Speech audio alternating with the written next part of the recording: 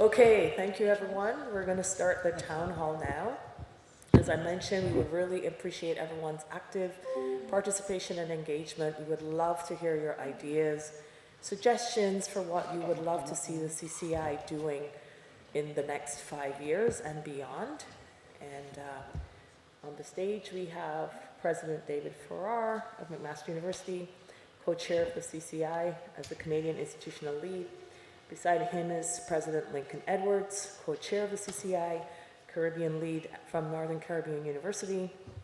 Beside him is Pro VC Sandria Maynard, based at UWI Mona, and beside her is Robert Reddy, Executive Director of the CCI.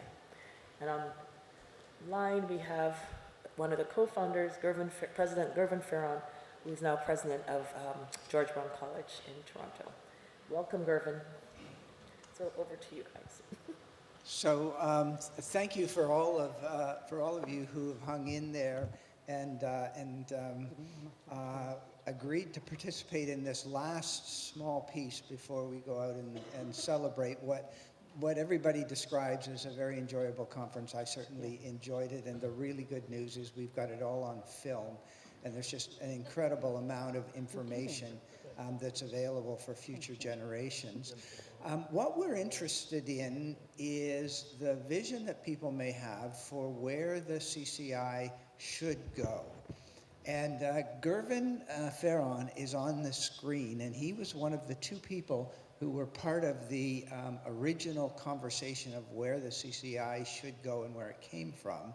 And Gervin, I wondered if you might start off by talking about the formation of the CCI not many years ago, and the vision for where it should go. This is the third conference the CCI has organized, for those who don't know. The first one was about 3 years ago at the University of the West Indies, Jamaica, Mona campus. I wasn't at that one. I joined the CCI after that. The second one was at the University of the West Indies Cave Hill campus in Barbados, and that focused on colonization and decolonization.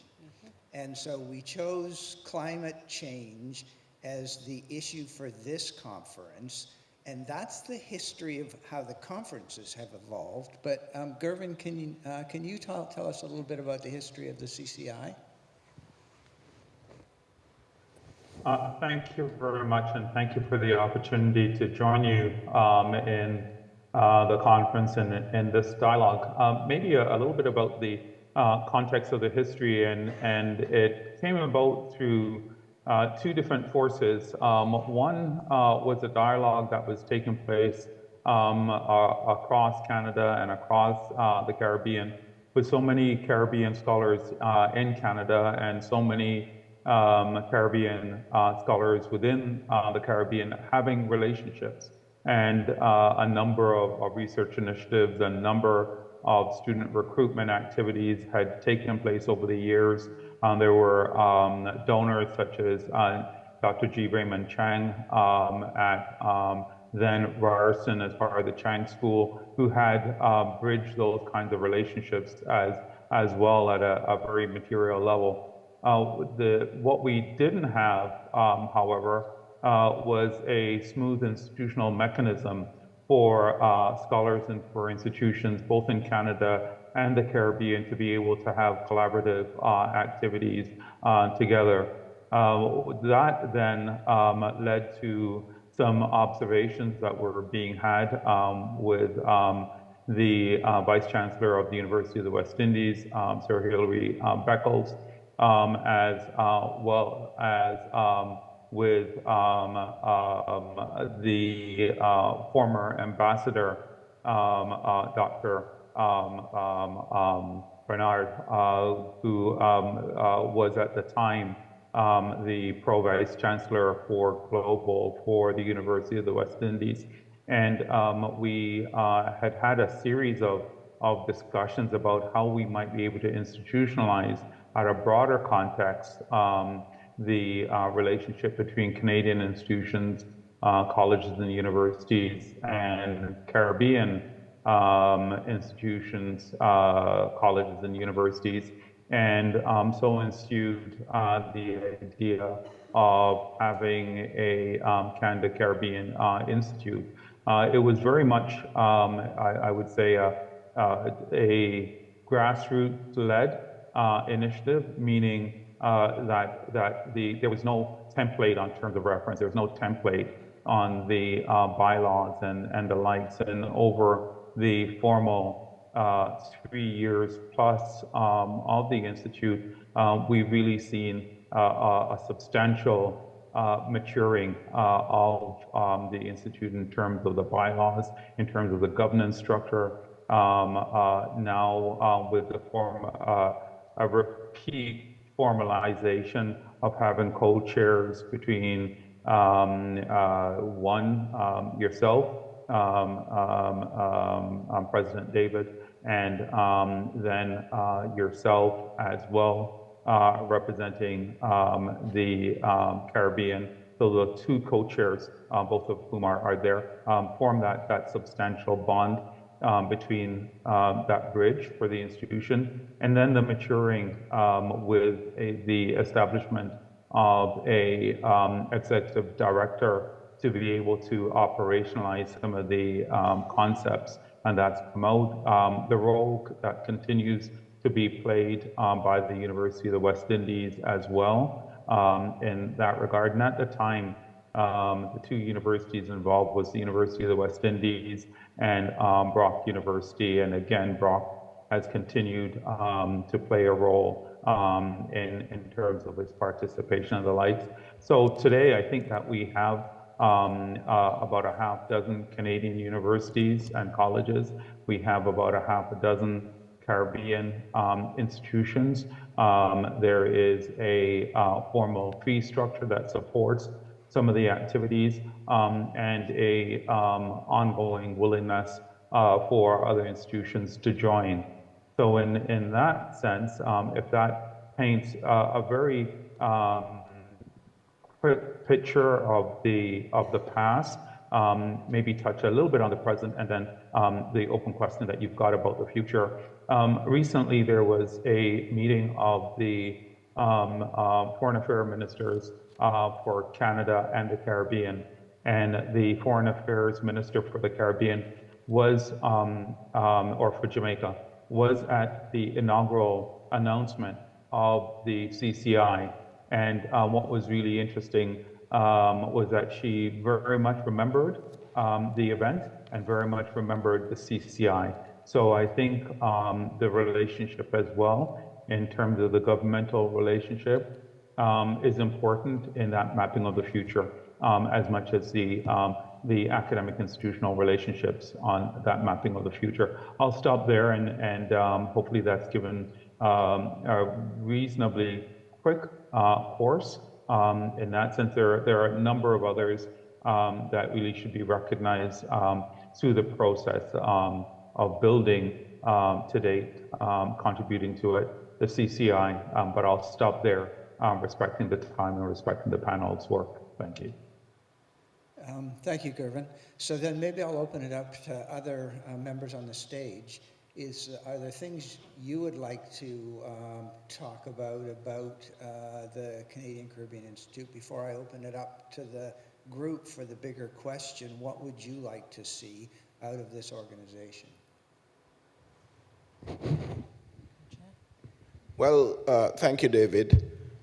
Well, we have our aspirations, and I would certainly love to see those aspirations being actualized. But in order to do so, we need a greater participation from the universities in both regions. So going forward, we'll be marketing the CCI, so to speak, so to get more voices involved. Because when we have the majority of universities from both regions involved in what we are doing, we get a greater diversity of views, and we're also able to use that critical mass to signal to the policymakers that we are serious about change, and that the things that we identify going forward, whether it be climate issues or research funding, or whether it be greater collaboration between researchers, faculty, students, or even to business collaboration, whatever the issue, we need the policymakers to be on board so that they are the ones who will be able to effect the change. And in order for that to happen, we need to have a critical mass of persons speaking with one voice so that there is clarity. And I believe this is a very good thing, because some of the research that was presented here are dealing with real issues that affect people. And therefore, we are able to identify those issues and become a voice for the people and move that forward to the policymakers, whereas before they would not have had that voice. So, this is exciting for me, and I look forward to great things happening. Thank you. I just wanted to add to that, and I completely agree and endorse all that's been said from our co-chair. And what I certainly saw was a huge contribution from an academic perspective. What I would like to see is to look at, when we came here, we have a huge Caribbean diaspora. And I would have liked to have seen something where the community felt a little more connected and engaged with all of this wonderful work that I have witnessed here. A way of doing that, a mechanism. I'm just speaking to colleagues outside, and they're talking about the various communities they're in, and also even with our higher education or further education colleges, getting those younger students involved and seeing that connectivity. I think I would like to see something that's a lot more geared towards that. I think that what we have at the moment is it's beautiful because we're setting an example of universities between both of the regions, and I think that that's a really positive thing. But I would like to see certainly a lot more community engagement, or maybe we can do something where we go out into the community and we can engage them and ask them about issues that we can then take on as part of the CCI's mandate to help improve their lives and their experience.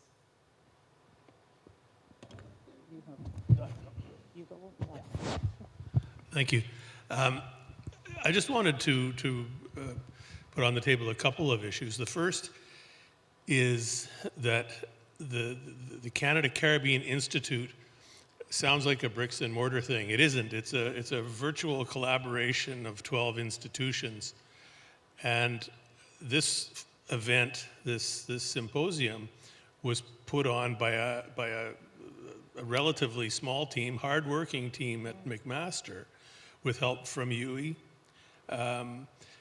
But to envisage doing more than that, to envisage doing some of the things that Sandrea is talking about, and some of the things that I've got in the back of my mind, is going to require, and I think President Edwards alluded to this as well, it's going to require all of our institutions to step up and make a contribution in whatever way they decide they can. And that might be organizing other types of events. It might be putting together research activities of some sort. It might be, we might be having dialogue with diaspora communities. I think that's an excellent idea.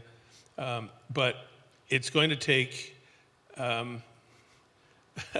it's not going to be sourced in one university only, and it's certainly not going to be sourced in the part-time office of an executive director who only works 50% of his day on this. So it's just to say that depending on how we want to see the organization continue and go forward, we've got to think about how can we resource it in a way that is most effective, because it's not an endowed institution. There are very, very small fees that are collected that kind of keep the lights on and the ability to hold an event like this. But there's no government money, there's no endowments, there's nothing beyond the small fee structure that Gervin referred to, and it depends on the membership to do to contribute to making the institution work. There is government interest because Rob and I met with ambassadors from CARICOM, and they were very interested in the idea. And so the government, the structures in the Caribbean have expressed a lot of interest. I haven't heard much from the Canadian government. I could say that the Canadian government is very supportive of the Institute. They've been very happy to see the increased focus on Canada-Caribbean issues that we've been able to start delivering. And as you quite rightly said, the heads of mission from CARICOM governments are very keen as well. Important to note, though, that neither government is prepared to give us any money.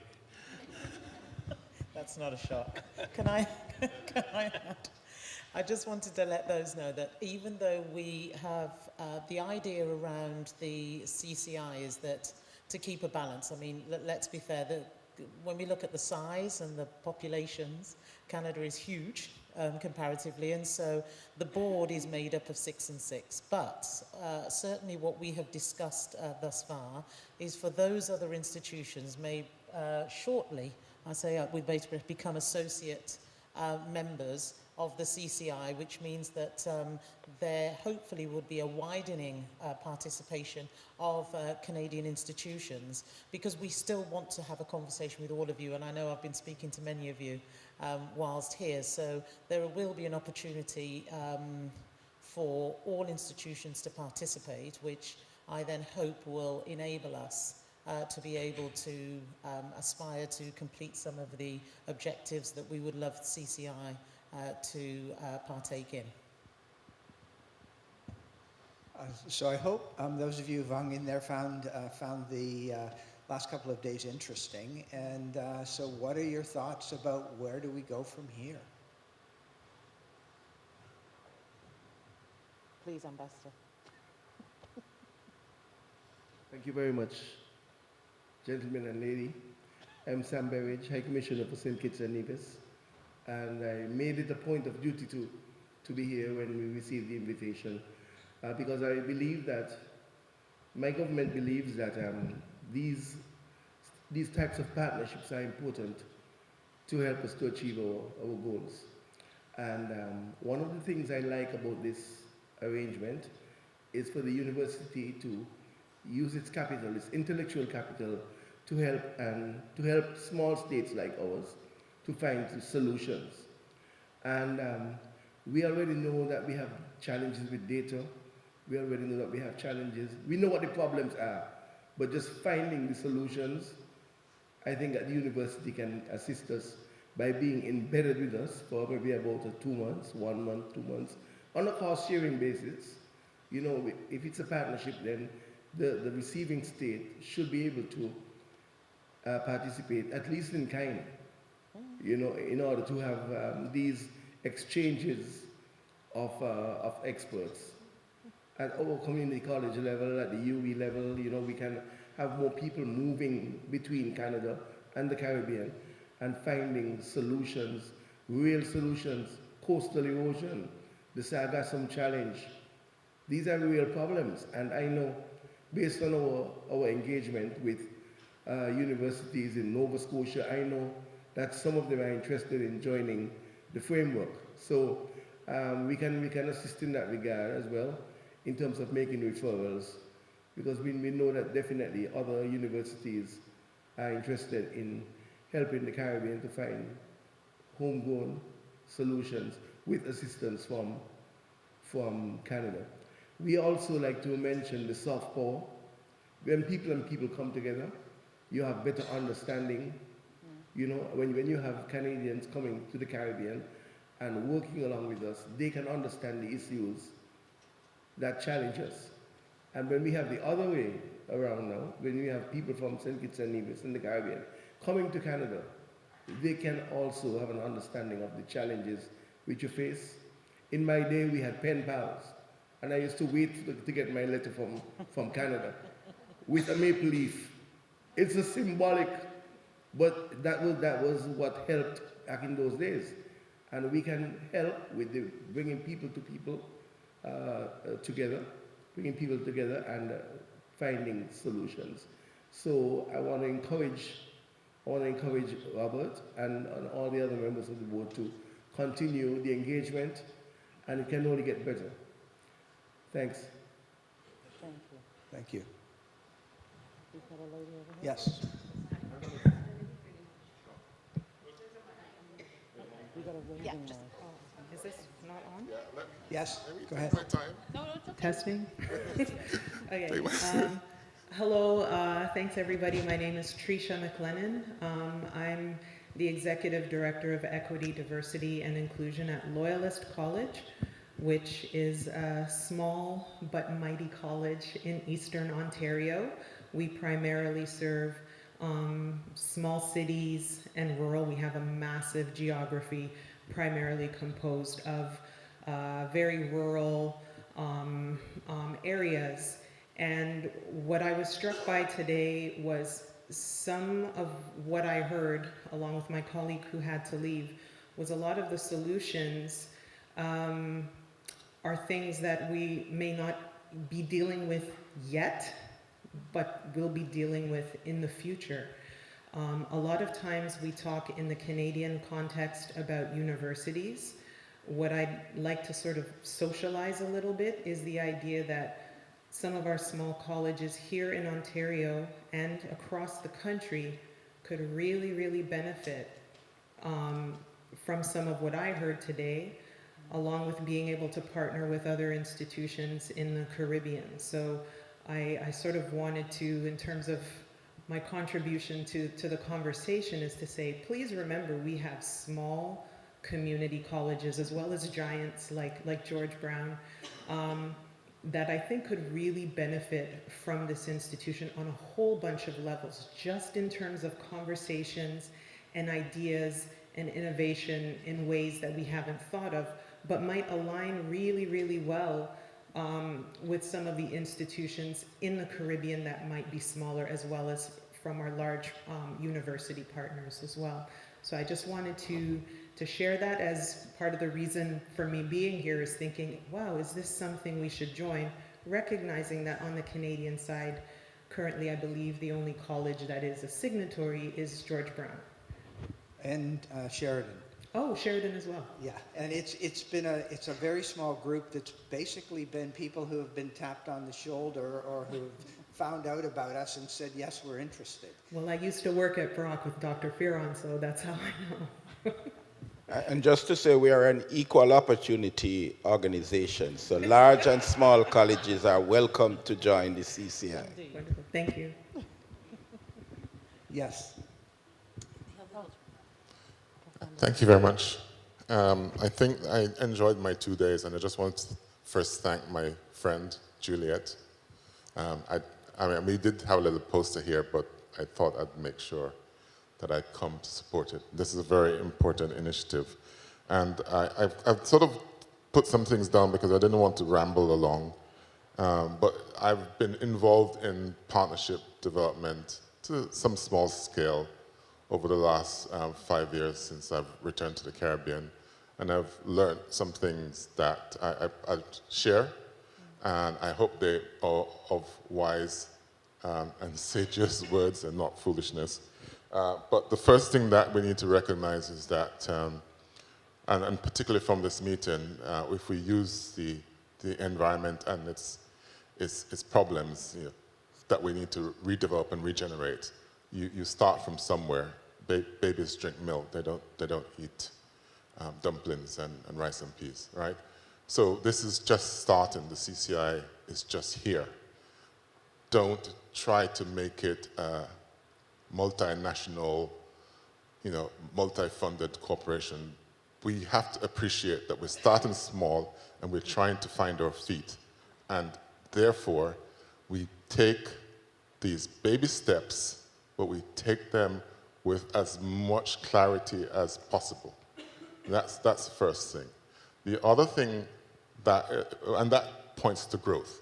Eventually you will run, and this might be the biggest thing across the North American continent, but you need to give it time. And I think that we should be very careful not to push too much. But as you say, as you tap on the shoulders and you keep growing and you keep networking, the meetings will eventually become something that you used to say, well, I remember when it was 30 of us here or 50 of us here. So I wouldn't worry about that.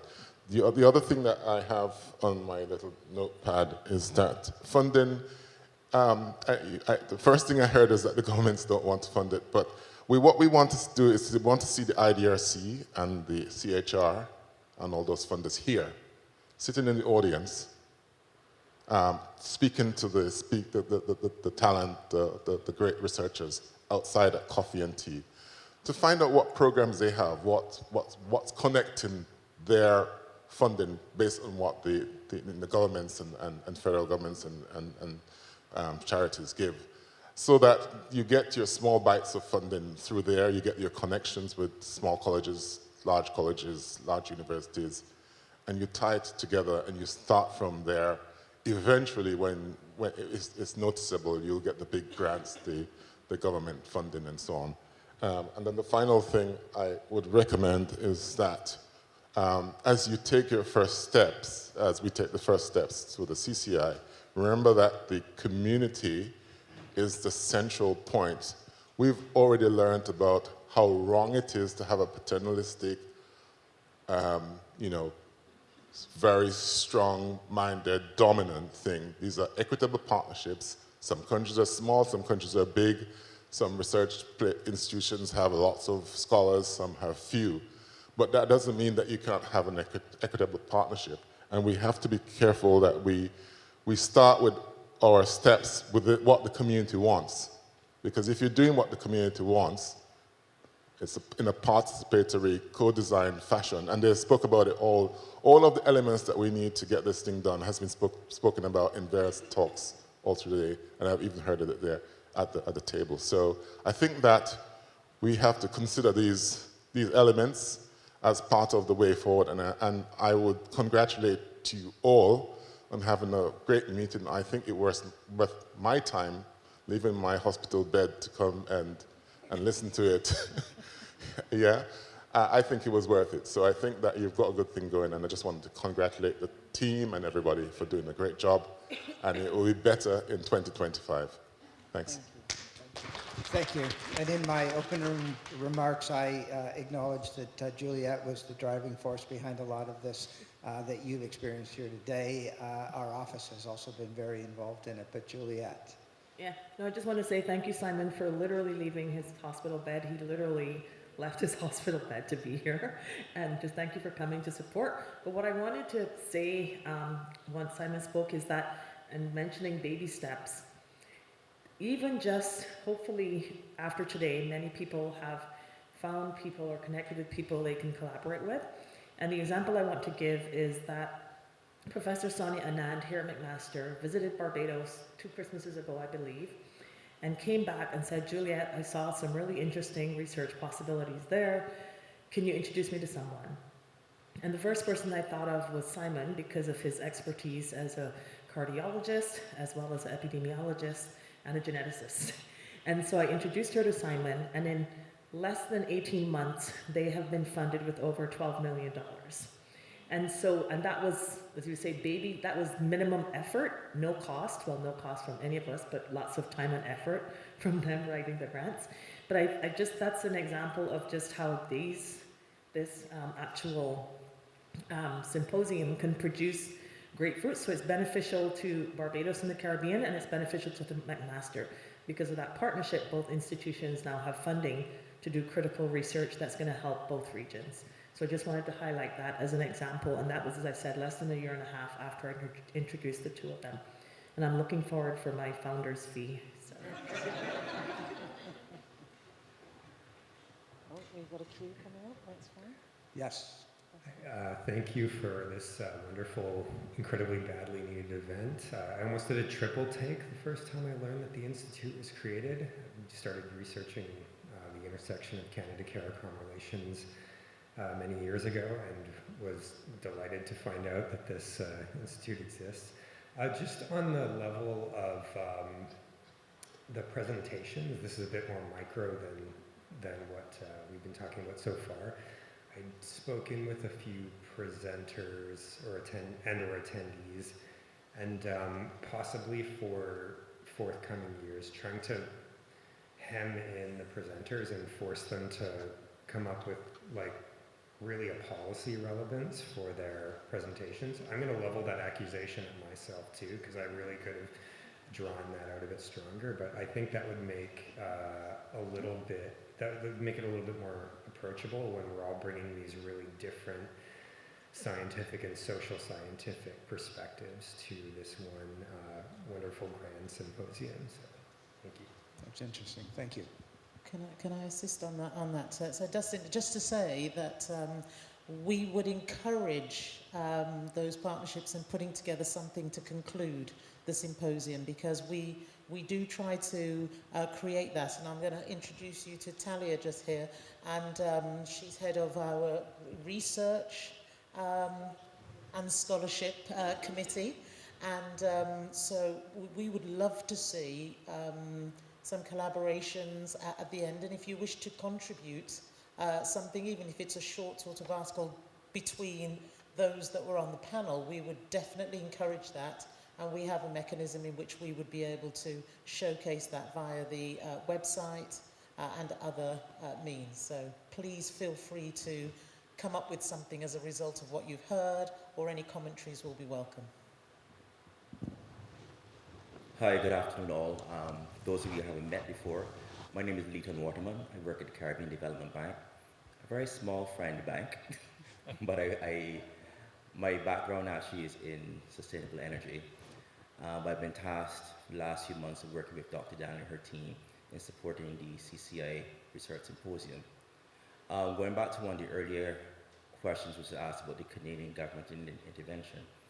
Yes, the Canadian government, I would say, certainly has supported and is interested in the CCI and the work it's been doing. They actually did reach out to us last week to ask about our participation and how they could be involved, and they couldn't unfortunately send anyone here, but they certainly do have their eyes open on CCI and its work it's doing. So don't ever take that for granted, and certainly reach out to them and use them as you can. And they were actually responsible, or how we actually got involved in CCA and McMaster when some of my colleagues were here earlier this year, two tours, and the second one was when we were invited to meet with McMaster and Dr. Daniels and her team. And they broached the idea of the CCI, what it was doing. Because, to be honest, certainly at the technical level, when Dr. Daniels was in Barbados in July, she met with us, and she asked us about the CCI, and I'm sure she remembers that she was met with blank stares around the table. So I would certainly say one of the things which I would ask you to work on moving forward is your visibility and profile, especially if you want to work with the financial entities which operate within the region. Yes, please shout what it is you're doing, show what it is you're doing. Certainly the 2 days I've been here, I've seen a lot of presentations, and I've seen one or two which certainly from the bank's perspective we want to have some more discussions on, because we see it as an opportunity to do some more work with the region, tied into something which we have already started to do, and I think we can build upon. So from the perspective of one of the financial institutions in the region, CCI and the work it's doing, I see as a feeder, so to speak, of what is being done and how we can actually build upon the work of the bank. Because one of the reasons why when Dr. Daniels and her team came to the bank and told us about the CCI, we found that it actually did meet and match a lot with what the objectives and the goals of the bank as a development partner within the region. So we see CCI as a potential additional development partner within the region, which we could work with. So I certainly encourage you to continue to build, and we've already started this relationship, so please continue to reach out to us, dialogue with us, and see how we can move together and work together as we progress and as you grow. So thank you.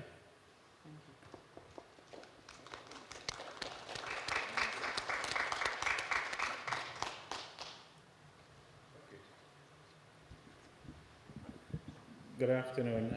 Paul Brown from UAE Mona.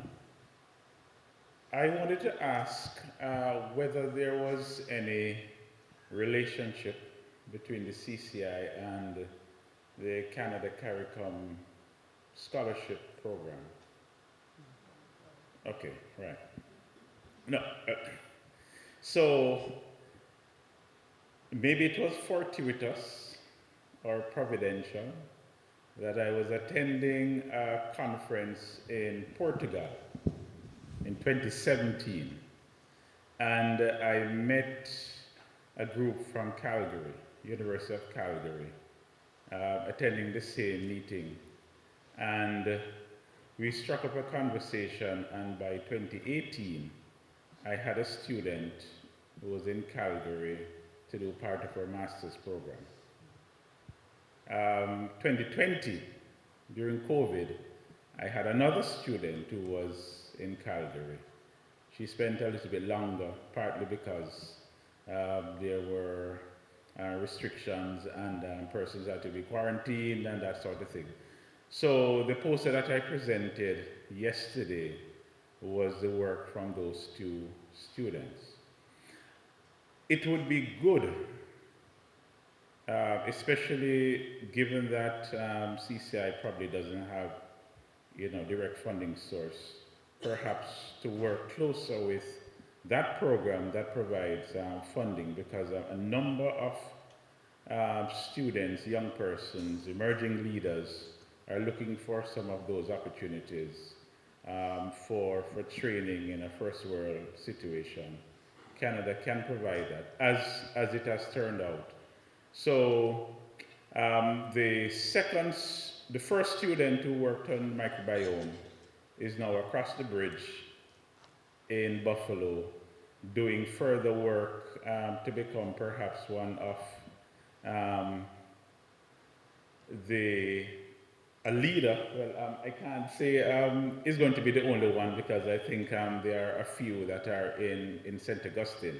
But certainly from the Jamaican standpoint, one of those few persons would be skilled in mining microbiome data.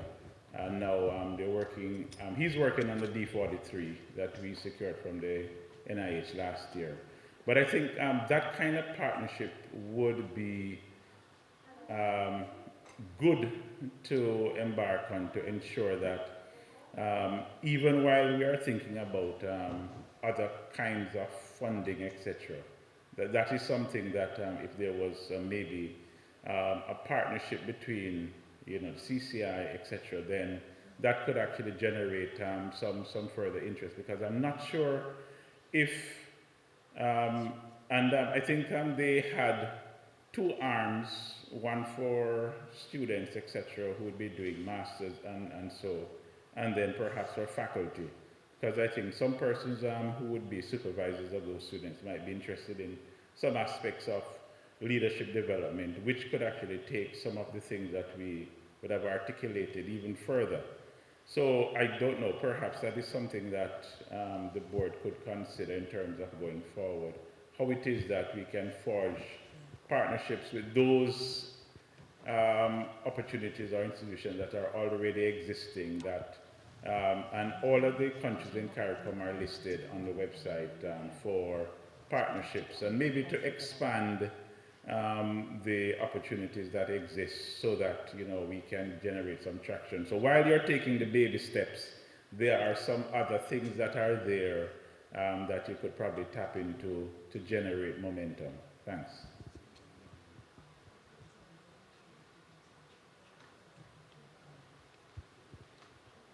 Yes. Okay, thank you. Angela Aline, again, UE Cable campus in Barbados. I want to support what both Professor Simon Anderson and Professor Paul Brown said, but I want to also indicate that I think the CCI is at a stage where they can be that conduit to showcase what is being done by collaborators both at the universities in the region and colleges as well, and those institutes in Canada. I want to also give a similar experience that I had with a collaborator in Dalhousie. Again, a tap on the shoulder. And now I've been to Dalhousie on an ELAP mobility arrangement, and we won an NSERC grant with colleagues at Dalhousie. On my other project, which is my human health project, we just published a scoping review, and that is winning some grants and so on. So maybe the CCI can be that repository where collaborative arrangements can be shared, and that itself will generate more interest and more, of these kinds of relationships that we want to have. While I know funding is important, but I think if we showcase what's already being done and what we've achieved in terms of staff and student relationships among many of the colleges and universities in Canada, that could be also a good help. Thank you. Thank you.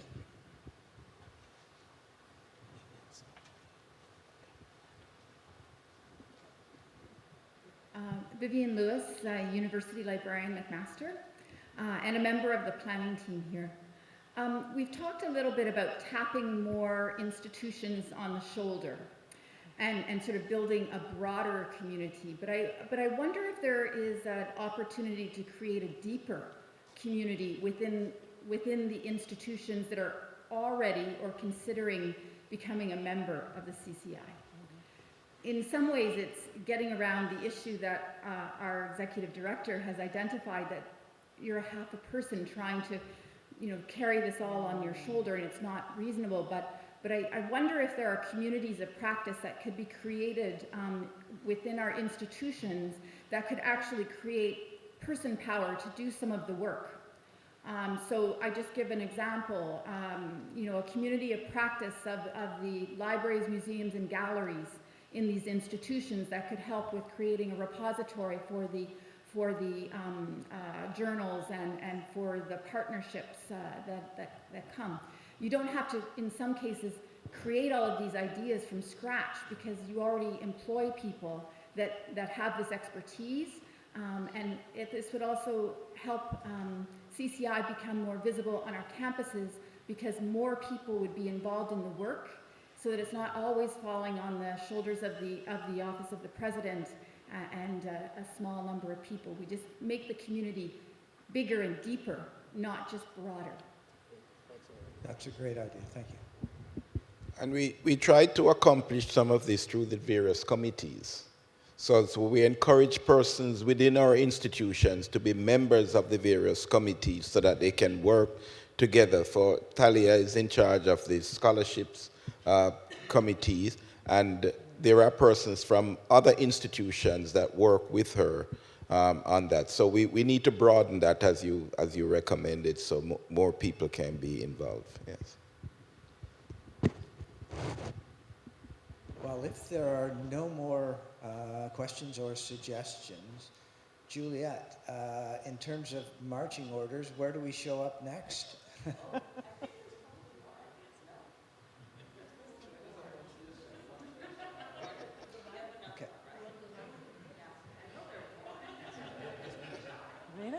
I have one suggestion regarding the structure of the forum. Maybe we can have a breakout session after one of the panels, so we can actually have targeted interventions.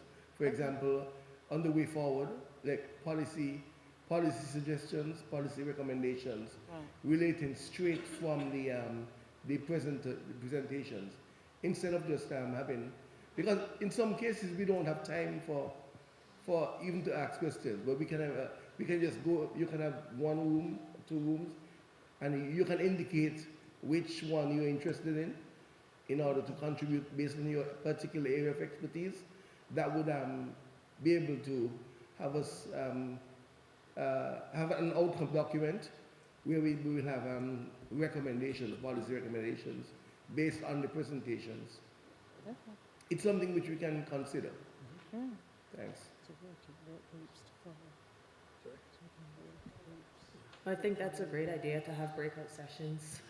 This is well, anyway, it's not so much a question, I was going to also ask the audience, because there's some of the questions we had about the CCI in general.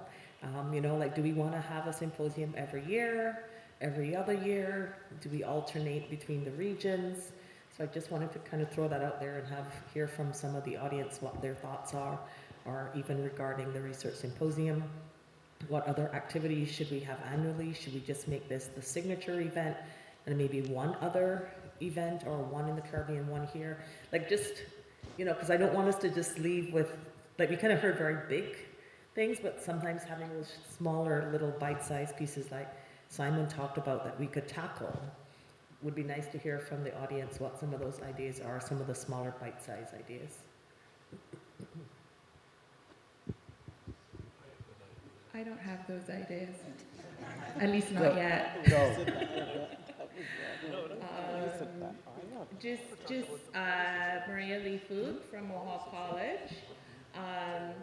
Listening to everyone, I think I had so many things I wanted to ask, but I think everybody tackled a lot of them, especially the one on including colleges, smaller colleges, mid-sized colleges.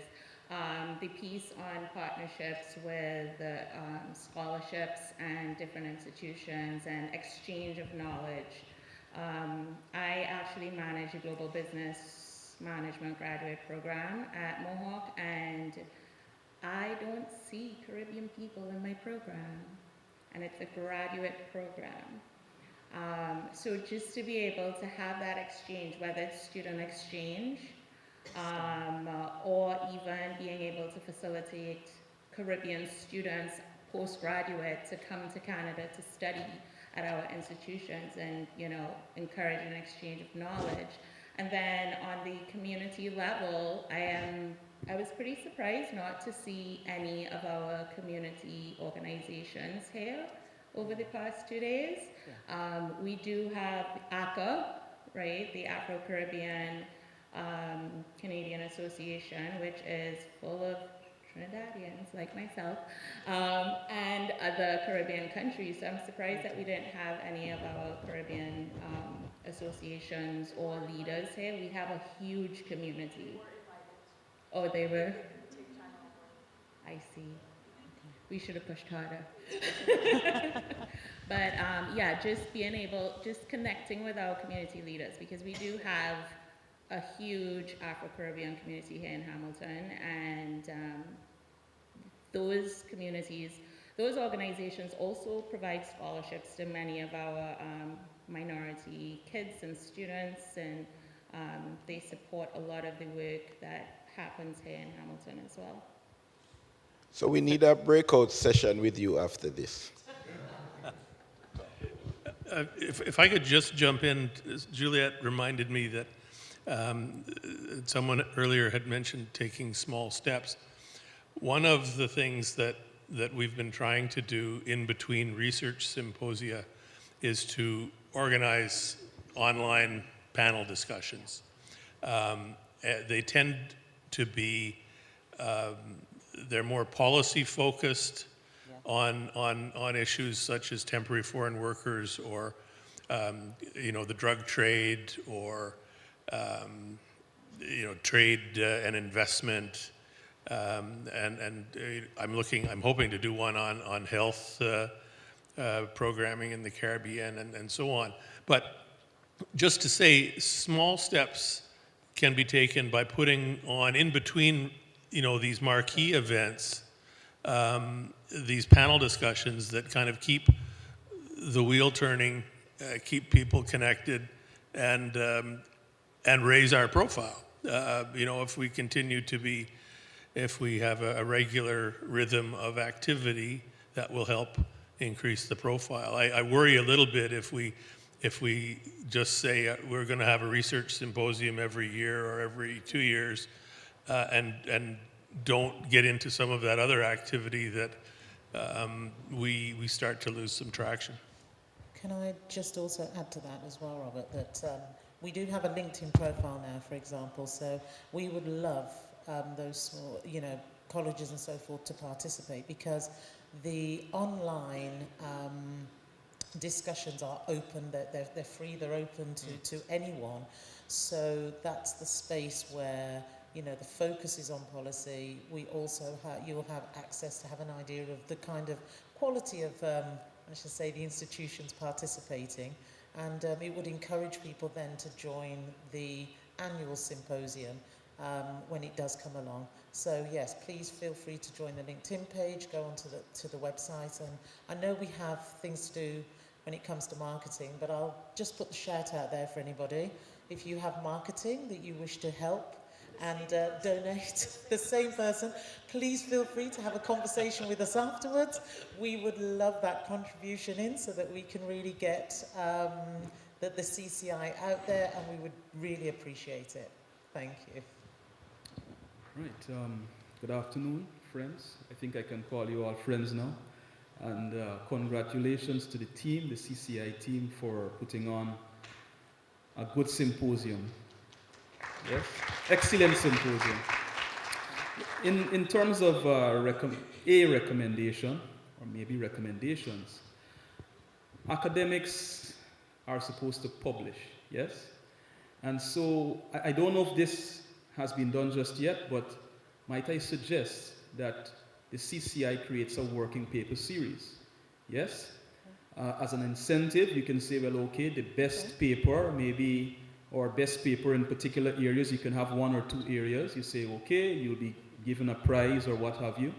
And when I talk about a working paper series, you know, I'm not talking about a series where you actually publish hard copies of all the papers or anything like that. You can just publish them online.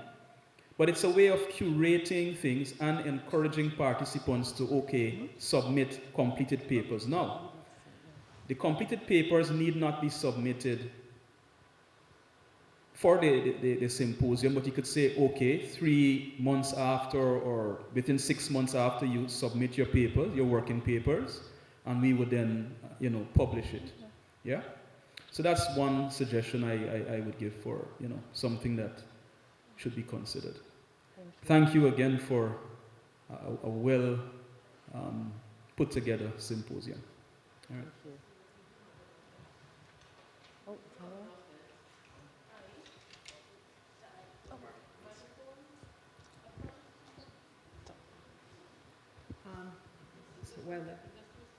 Okay, sorry, just do this.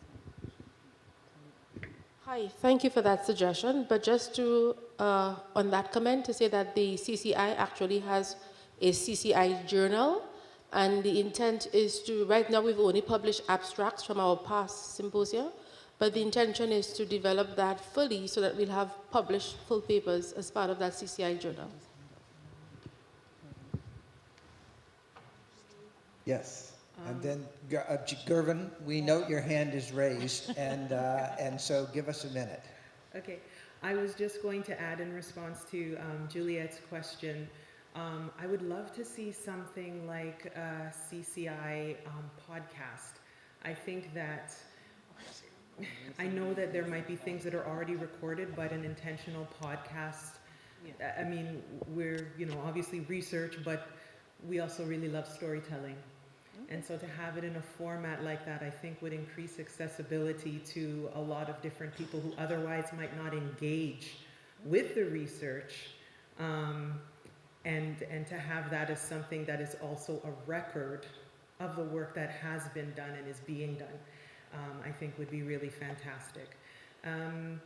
The other thing that I wanted to mention, just from my perspective, I really do like that there was an alternation between Canada and the Caribbean each year or every couple of years. I think that's a good model.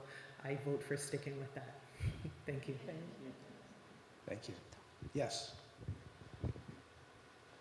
Hi, good afternoon, everyone. My question to the panel is that there are a lot of civil society organizations in the Caribbean that are small in size but do great work. They are academics, they do research at the community and grassroots level. And my question to you is, how could those organizations be a part or play a part in the CCI? Thank you. We are taking notes. Gervin. Thank you very much. Maybe just a couple of comments. One is that was made as it relates to the journal. There is a journal, and in fact, it did publish the proceedings of the first symposium in 2020 by way of example. So it is something that's on the record and could be resurrected or utilized in that regard. A number of suggestions as it relates to internships by way of example within government or collaborative activities, sabbaticals and the likes, being able to formalize that might be really useful. The community engagement item, it's interesting because there's a bit of a split sometimes between frontier research and community engagement. Both can be complementary and the likes. So I just wanted to maybe add to some of those voices that was being already heard, and in that sense to recognize some things that's been done in the past, and as well as some things that could be bridged to the future. Thank you. Thank you. Dave, just a moment. Can I just say, in answer to the question about memberships, there is a membership section on the website and a portal, so you can actually join as a member of CCI, not necessarily an institution. Is it not working? Robert's about to tell me it's not working, so I'm going to go back and say nothing. It's not a question that it's not working. It's that process hasn't been operationalized for community groups or individual students for that matter, or individual faculty. Where we are at the development of our governance process is that we have a board of directors and committees that relate to it. But the plan is, of course, to have a broader membership, but we haven't been able, and most of that blame falls on my shoulders, to operationalize that yet. We need to get on with that. I've been busy, yeah. It's smaller schools that wants to join.